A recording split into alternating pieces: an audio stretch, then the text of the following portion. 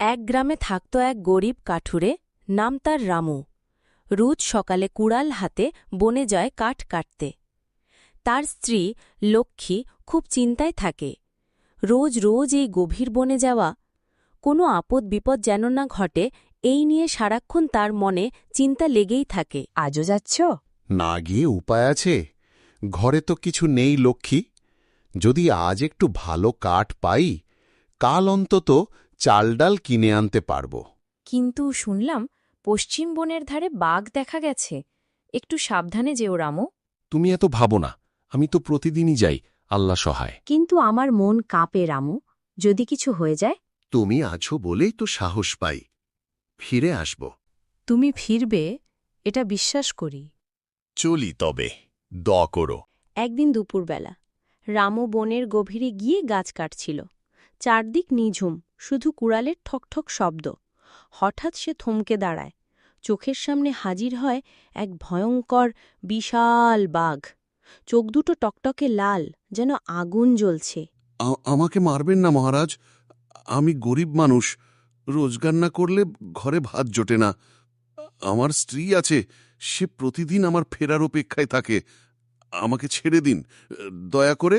বাঘ কিছুক্ষণ চুপ করে দাঁড়িয়ে থাকে, যেন কি ভাবছে।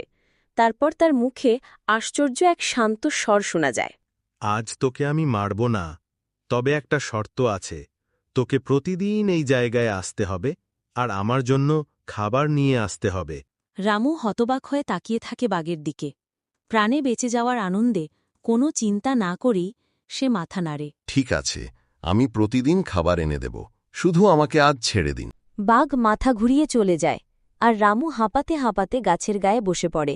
ভেবে পায় না সে কি বিপদের মধ্যে পড়ল। তারপর কাঠুরে ধীরে ধীরে বাড়ি ফিরে এলো। লক্ষ্মী দেখে রামু ফিরেছে, খুব অবাক হয়। রামু সব খুলে বলে, তুমি কথা দিয়েছ, তো এখন তোমায় প্রতিদিন খাবার নিয়ে যেতেই হবে। তারা প্রতিদিন একটু একটু খাবার রেখে দেয় বাঘের জন্য, ভাত, মাছ, মাংস। রামু বনে যায়, বাঘকে দেয়, আর বাঘ খায়, তৃপ্ত হয়, আর রামুকে কিছু করে না। দিন যায়, সপ্তাহ যায়, সব ঠিকঠাক চলতে থাকে। একদিন ভীষণ বৃষ্টি। রামু যেতে চায় না, কিন্তু বাঘের কথা মনে পড়ে। সে যায়, কিন্তু পৌঁছে দেখে বাঘ নেই। খাবার রেখে সে ফিরে আসে। এইভাবে পরপর 3 দিন বাঘ আসে না। বাঘ কি কোথাও চলে গেল? হয়তো বাঘ আর আসবে না। তাহলে আমাদের এত খাবার অপচয় হবে।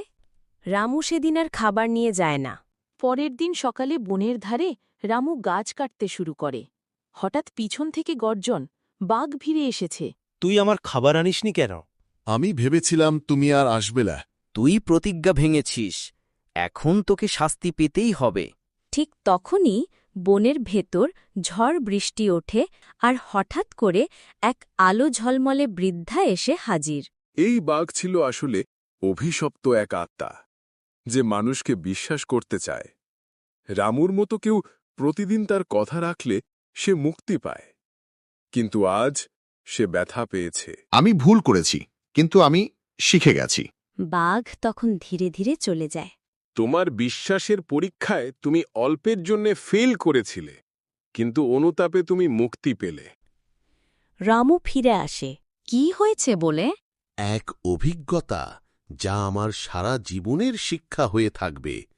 প্রতিদিন যদি নিজের প্রতিজ্ঞা পালন করি, তবে বাঘও বন্ধু হতে পারে। এই গল্পের মাধ্যমে আমরা শিখতে পারলাম যে ভয় পেলে চলবে না, বিশ্বাস রাখতে হবে। যা প্রতিজ্ঞা করো তা পালন করো, আর ক্ষমা করাটা সবচেয়ে বড় শক্তি।